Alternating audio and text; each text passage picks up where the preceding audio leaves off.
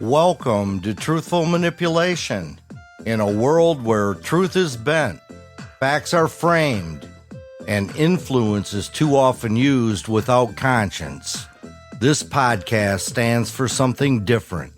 I'm Dave Kelsey, along with H. Daniel Mujahid, and together we expose manipulation, defend integrity, and help you see clearly in a world determined to confuse you. Welcome to a very special episode of Truthful Manipulation. I'm Dave. And I'm Daniel. We have now produced 102 episodes, which proves persistence, stubbornness, and a complete institutional failure to locate the off switch. This is our 2-year anniversary episode. 2 years later, are we any harder to fool? I reviewed the evidence. And? We are harder to fool. Well, that sounds encouraging. For almost 7 minutes at a time. And then somebody sends a frightening headline, a flattering slogan, or a video made by a man sitting in a truck wearing wraparound sunglasses and an attitude. And suddenly, civilization is being reconstructed from a screenshot. But 102 episodes have taught us something. The manipulation changes clothes, changes industries, changes political parties, changes vocabulary, and sometimes hires a branding consultant. But the machinery stays remarkably familiar. Create fear. Offer certainty. Name an enemy. Punish questions. Reward loyalty. Rename the damage. Then send an invoice. We began by asking how one person manipulates another. We moved through families, workplaces, faith, media, technology, leadership, politics, and democracy. And by episode 102, we followed the same behavior all the way into venture capital, private equity, and the billionaire class. That's quite a journey.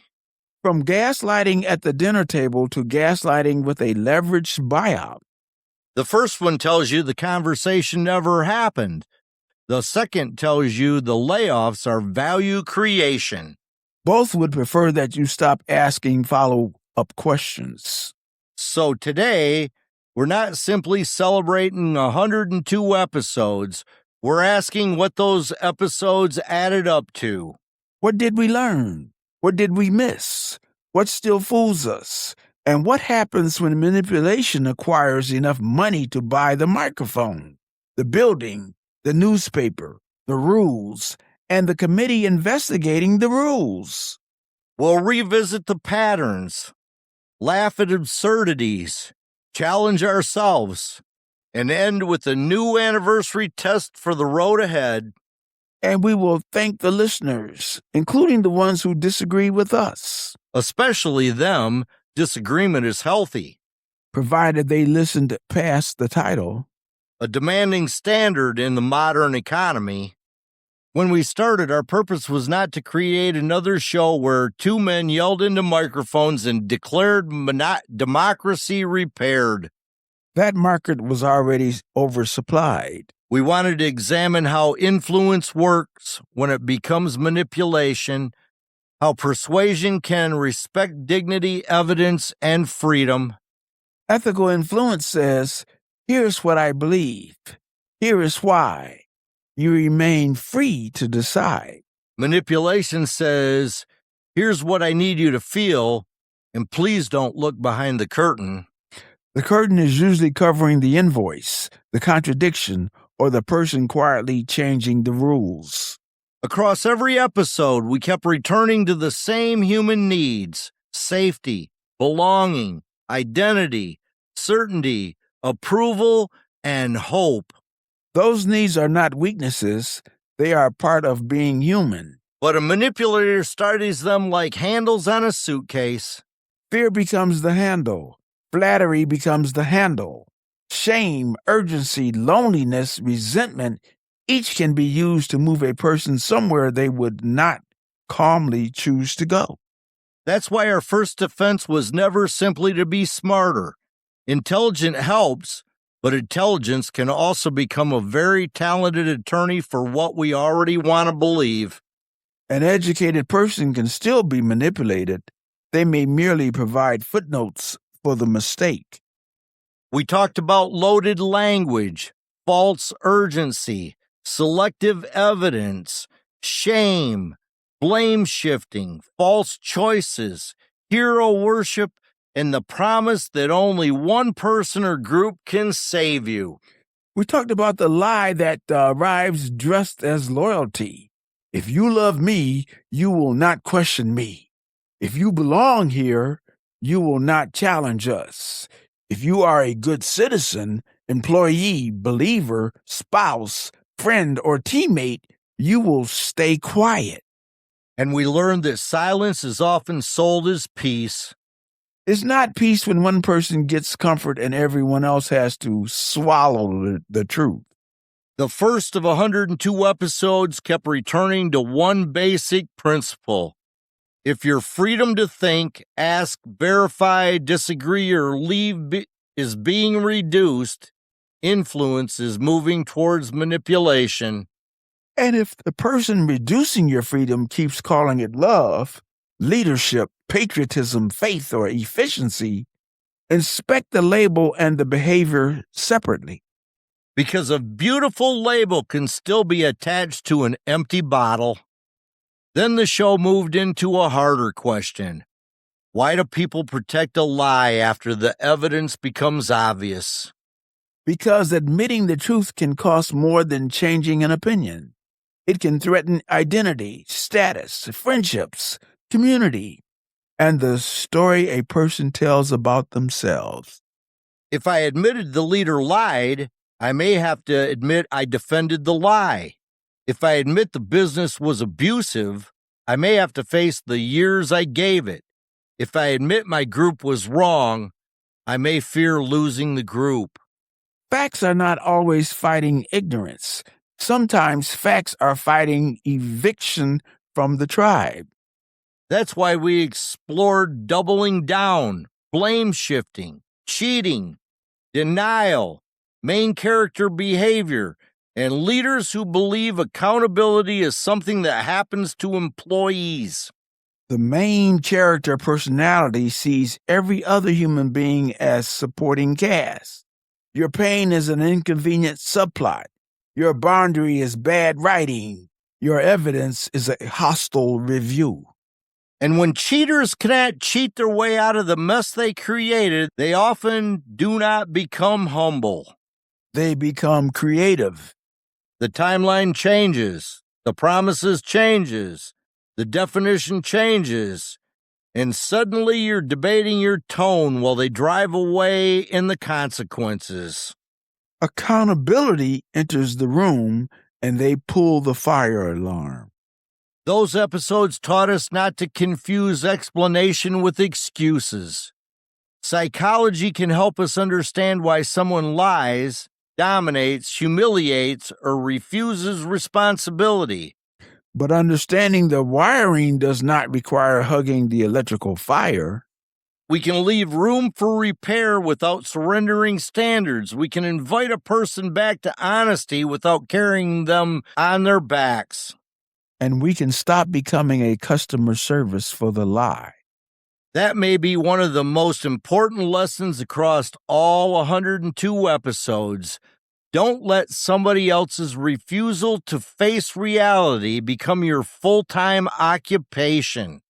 You're allowed to say, I heard the explanation. The evidence still matters. The harm still matters. The standard still applies.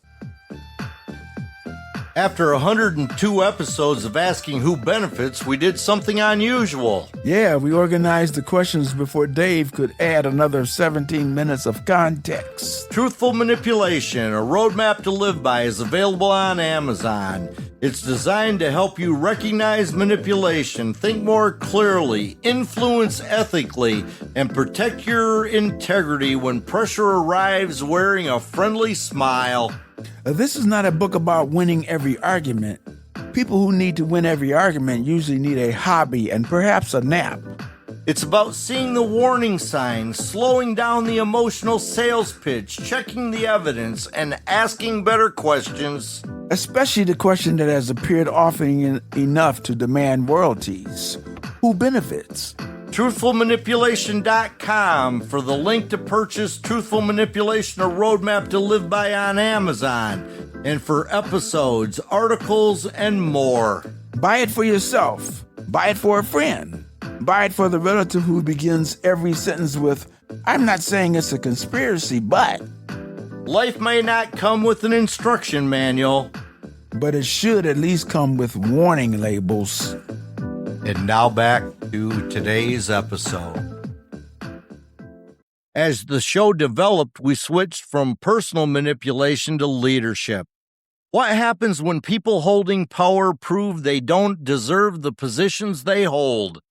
A title can grant authority. It cannot manufacture character. A leader reveals character through patterns, whether they tell the truth, whether the truth is expensive, accept responsibility when the result is ugly, protect people who speak honestly, apply the same standards to allies and opponents. The unworthy leader does the reverse, takes credit, exports blame, demands loyalty, punishes truth tellers, protects image, calls every limit persecution, and hires handlers. Then we ask what happens when the handlers cannot handle the handled. That's when the staff spends the morning explaining what the leader did not mean, the afternoon explaining what everyone clearly heard, and the evening preparing tomorrow's explanation. This is not communications.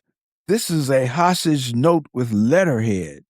We explored what happens when titles replace trust, when institutions protect the person at the top rather than the mission, and when loyalty flows upward while consequences flow downward. We also asked why followers continue defending leaders who repeatedly betray the values they claim to represent. Sunk cost, tribal identity, fear, hero worship, the hope that one more excuse will make all the earlier excuses worth it. And the oldest con in leadership: without me, everything collapses. A strong leader can build systems that can function without their ego sitting in every chair. Weak leaders call dependence loyalty. The episodes about buffoonery, shenanigans, clown shows, undeserving leaders, and words defeating actions are standard stage consistence. Judge the pattern, not the performance. Do the words match the actions? Does power accept limits? Are people safer, freer, better informed, and more capable for the leader's acts? Or is everybody applauding while quietly checking the exits? Across 102 episodes, we entered the places where identity runs deepest: faith, morality, belonging, and the human desire to believe our side is righteous. Faith can form courage, compassion, humility, and service. It can also be misused by people who confuse obedience to them with obedience to God. We asked what happens when belonging becomes conditional, when questions are treated as betrayal, and when moral language is used to protect immoral conduct. A sacred vocabulary does not automatically produce sacred behavior. Nor does a patriotic vocabulary. Or a corporate mission statement printed above a break room without enough chairs. Then artificial intelligence, algorithms, deep fakes, misinformation, and the attention economy increase the speed and precision of manipulation. The old manipulator had to guess what frightened you. The platform has data. The old rumor traveled across town. The new ones crossed the country before breakfast, collects advertising revenue by lunch, and receives a correction next Thursday beneath a picture of a cat. The correction reaches 11 people. The lie has merchandise. Our attention diet became a moral issue. What we repeatedly consume shapes what feels normal, urgent, threatening, and true. If you spend 3 hours a day being told everyone is evil, do not be surprised when your neighbor begins to look like a suspect. The algorithm doesn't need to persuade you of one complete ideology. It only needs to keep you agitated enough to remain available. Confused people click. Angry people share. Frightened people surrender judgment to anyone offering certainty. So our answer was never to abandon technology or distrust everything. It was to slow down, check the source, check the date, look for the full content, compare independent evidence. Notice what emotion the message is trying to produce before you decide what the message proves.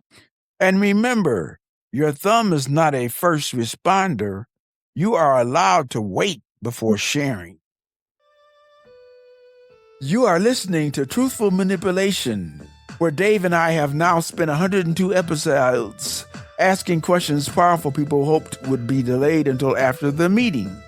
If you have a comment, question, episode idea, or respectful disagreement, email us at truthfulmanipulation@gmail.com. We welcome disagreement. Bring your evidence, reasoning, and the radical possibility that neither of us is infallible. Daniel came closer than I did, but the paperwork was rejected. Visit truthfulmanipulation.com for episodes, articles, and the link to our book, Truthful Manipulation, a roadmap to live by. Like, share, follow, and subscribe. If the show makes you think, share it with one person. If it makes you laugh, share it with two. If it makes you angry, listen again and confirm that you are angry at what we actually said, not the argument you built for us while Dave was still clearing his throat. Truthful Manipulation, hoping you recognize the sales pitch before the product. And now, back to our show. The political and civic episodes ask whether democracy can survive leaders, parties, wealthy interests that treat citizens as audiences instead of participants. A citizen asks questions. An audience waits for the next performance. We talked about America at 250, not as a perfect country, but as a country capable of course correction when citizens refuse kings, cowards, and silence. Democracy is not self-cleaning. You cannot leave accountability in the sink and hope the Constitution loads the dishwasher. We examined the billionaire clowns and the billionaire circus that follows them, not because wealth makes every person foolish, because extreme wealth can make foolishness unusually expensive for everybody else. A normal person has a bad idea and ruins Thanksgiving. A billionaire has a bad idea and buys the platform Thanksgiving was arguing on. Concentrated money can buy access, media research, lobbying, legal endurance, political influence, and insulation from consequences. Yep. It can make one person's preference look like public consensus. And then it tries to convince ordinarily people to defend arrangements that transfer power away from them. That's the masterpiece. Persuade the people paying the bill and that person collecting the money is the victim. We asked why wealth is so often confused with wisdom. Money proves you possess money. It does not certify empathy, judgment, morality, knowledge of history, or familiarity with grocery prices. A bank balance is a number, not a halo measurement. Across these civic episodes, the defense remained the same. Keep moral standards independent of party, personality, and tribe. If lying is wrong when the other side does it, it remains wrong when your side adds better music. If abuse of power is dangerous in an opponent, it does not become leadership in an ally. Do not outsource your conscience to your team. That brings us to episode 102, the unmatched greed of venture capital, private equity, and the billionaire class. A title so long it has already been acquired, restructured, and charged a management fee. Episode 102 is not a separate subject from the first 101. It's where the same manipulation patterns became institutional, technical, and enormously profitable. Fear becomes false urgency. Blame shifting becomes market conditions. Selective memory becomes a revised investor presentation. Loaded language becomes optimization, right sizing, and unlocking value. And the main character syndrome gets a board seat. We were careful. Not every private equity firm is unethical. Not every venture capitalist is predatory. Not every billionaire is a moral failure. Capital can build companies, fund inventions, rescue failing operations, create jobs, and help good ideas become useful at scale. The moral dividing line is stewardship versus extraction. Stewardship leaves the company stronger, workers more secure, customers better served, and communities more stable.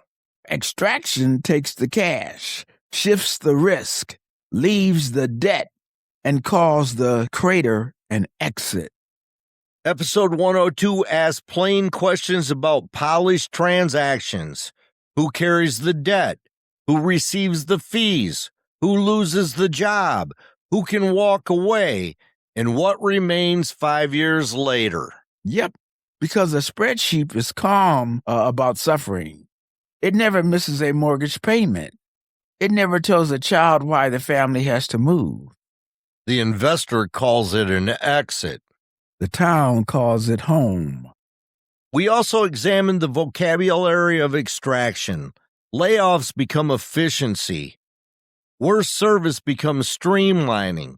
Selling essential assets becomes unlocking value.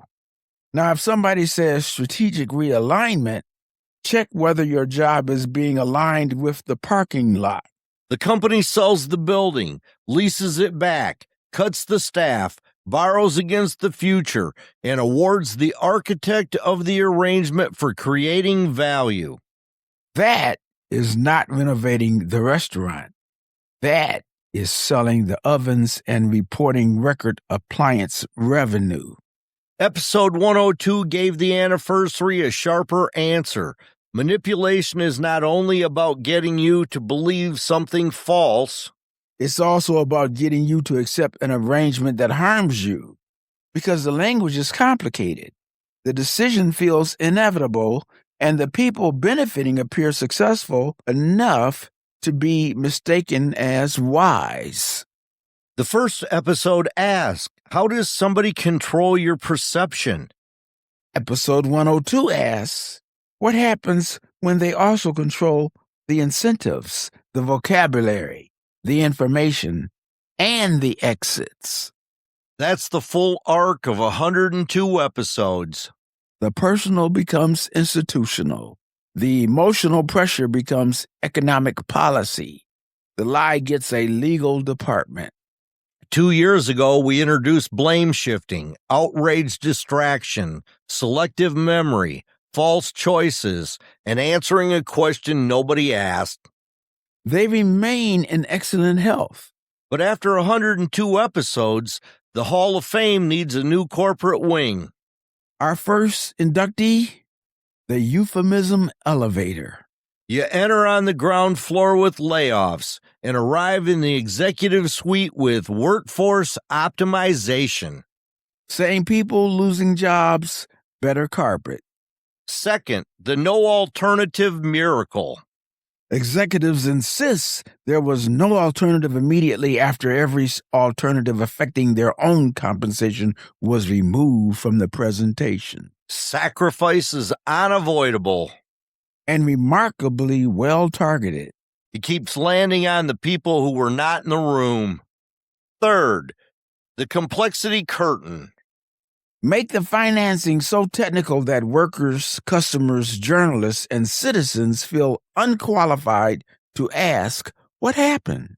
You don't need a finance degree to notice more debt, fewer employees, worse service, and happier owners. Complexity can explain a transaction, but it cannot excuse the consequences. And fourth, the private victory lap.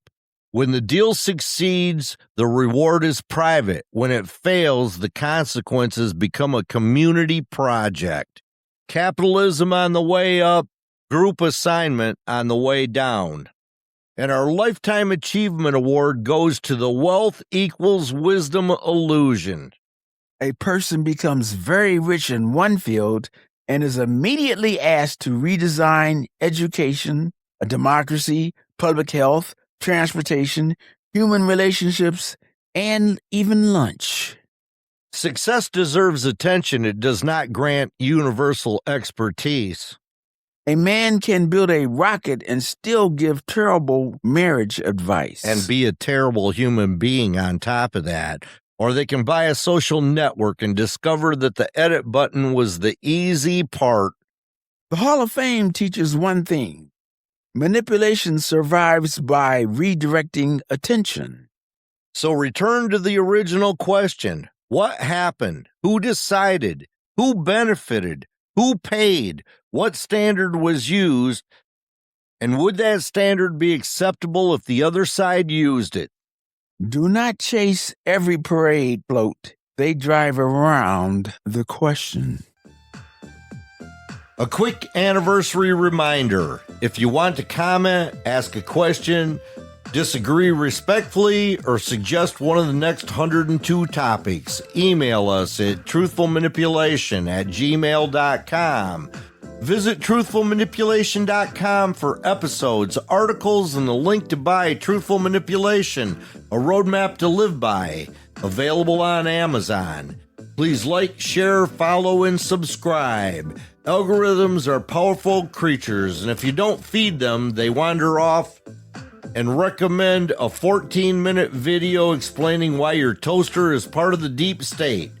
Share the show with someone who enjoys serious ideas, honest questions, and jokes approved by absolutely no billionaire advisory council. And remember, you don't have to agree with every conclusion to join the conversation. You only have to bring your conscience, your curiosity, and enough patience to let Daniel finish a sentence before I add context. Truthful Manipulation, helping you recognize the sales pitch before the sales pitch recognizes your wallet. And now back to the conclusion of this week's show. An anniversary should include an honest self-audit. Are we harder to fool? Sometimes. Are we immune? Absolutely not. We're still vulnerable to information that flatters our intelligence, protects our identity, confirms our frustration, and makes the real world feel simpler than it is. We are especially vulnerable when the message comes from our own side. That's why the show cannot merely teach people to detect manipulation in opponents. Everyone is a genius at spotting hypocrisy across the aisle. The harder work is spotting it in our own row. We also learned that cynicism is not discernment. Trusting everyone is dangerous. Trusting no one is not wisdom. It is isolation wearing a trench coat. Healthy skepticism asks for evidence and remains capable of trust when trust is earned. Cynicism decides everyone is corrupt and then becomes easy prey for the first person who says, only you and I can see the truth. We learned that humor matters because shame closes doors. A joke can create enough space for self-recognition. Provided Dave does not explain the joke until it requires continuing education credits. Haha. Some jokes have layers, dude. Some onions have fewer. And what we have learned about each other. You will answer a yes or no question with the geological history of the word yes. Context protects against manipulation. It also protects against commercial breaks arriving on time. And Daniel can express a difficult truth in 11 words. 10 if the evidence is strong. 9 if he skipped lunch. Accurate. But the balance is the point. Humor without trust becomes distraction. Trust without humanity becomes a weapon. Together, we try to tell the truth clearly enough to matter and humanely enough to be heard. After 102 episodes, our original question, who benefits, needs companions. 6 questions, short enough to remember, annoying enough to protect you. Question 1. What emotion is this message trying to create in me?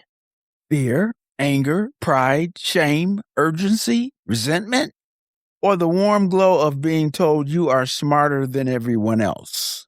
An emotion may be justified, but notice it before it starts driving. Question 2. What evidence would change my mind? If the honest answer is nothing, you don't hold a conclusion, the conclusion holds you. Question 3. Would I accept this behavior from my own side and the other side? Integrity does not come with home field officiating. Question 4. Who has the power? Who carries the risk? And who can walk away? This is the episode 102 test. Follow the incentives past the vocabulary. If decision-making wins even when the institution weakens, their optimism deserves supervision. Question 5. What remains after the applause, the election, the sale, the merger, the outrage cycle, or the leader's departure? Stewardship leaves something stronger. Extraction leaves a receipt. Question 6. What am I being asked to surrender? My judgment, my dignity, my compassion, my right to ask questions, my neighbor's humanity, my long-term interest for somebody else's short-term gain? If the price of belonging is your conscience, the membership fee is too high. What emotion is being created? What evidence would change my mind? Would I apply the same standard to both sides? What has power and who carries risk? What remains and what am I surrendering? Ask these questions consistently, and you will become harder to fool. Not impossible to fool. Right, harder. And harder may be enough to interrupt the cycle. 2 years and 102 episodes ago, we began with the belief that people deserve better than manipulation disguised as leadership, love, faith, patriotism, expertise, or success. And we still believe it. We believe people can learn the patterns, slow down the pressure, question the story, and protect their judgment.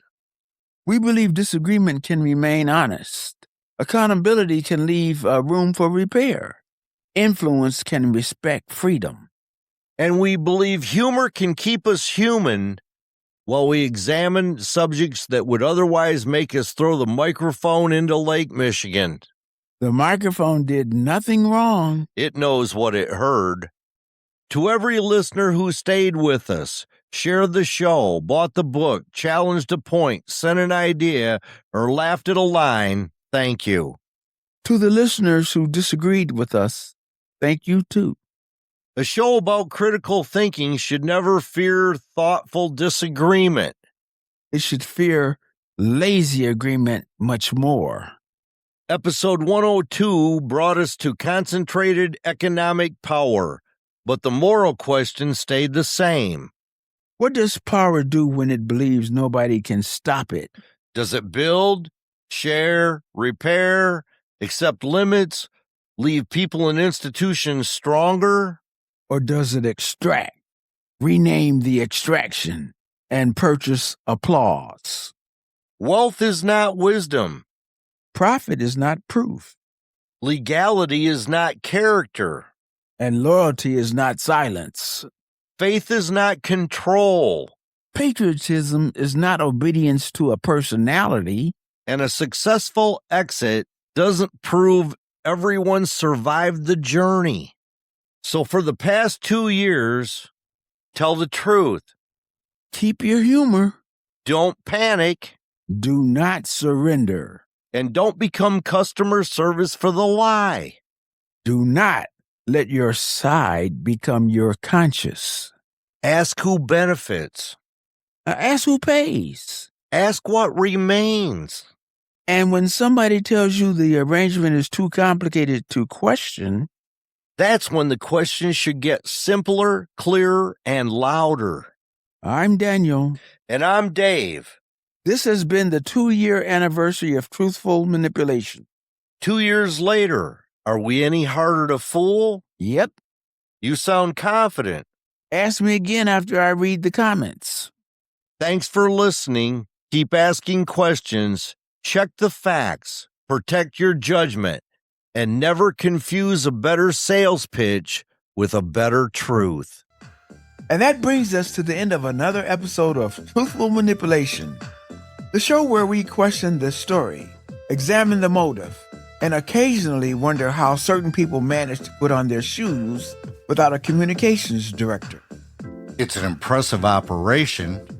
If you enjoyed today's conversation, or even if we irritated you just enough to make you think, we would like to hear from you. Questions, comments, topic suggestions, thoughtful disagreement, or a polite explanation of why Daniel is wrong. Do not encourage fiction, Dave. You can email us at truthfulmanipulation@gmail.com. We may not agree with every comment, but we believe honest conversation is a lot more useful than everybody shouting into separate corners of the internet. And it's considerably cheaper than group therapy. Visit our website at truthfulmanipulation.com. There you can learn more about the podcast, explore our latest episodes and articles, and find the link to purchase our book, Truthful Manipulation, a roadmap to live by. It's the perfect book for anyone who wants to recognize manipulation, think more critically, and stop becoming unpaid customer service for somebody else's nonsense. Please remember to like, share, follow, and subscribe wherever you listen to or watch the show. And share the episode with a friend, relative, coworker, neighbor, or that one person who desperately needs to hear it. But will immediately assume the episode is about somebody else. Naturally. Leaving a rating or review also helps more people discover the show. It may seem like a small gesture, but it makes a real difference. Unlike clicking like on a motivational quote and then yelling at somebody in the grocery store parking lot. Integrity does require a little follow-through. Until next time, keep asking questions. Check the facts. Examine the motive. Ask who benefits. Keep your sense of humor. And never surrender your judgment to the loudest person in the room. Because the truth doesn't need a costume. And manipulation usually shows up wearing 3 of them. I'm Dave. And I'm Daniel. This has been Truthful Manipulation. Tell the truth. Keep your humor. And do not become customer service for the lie.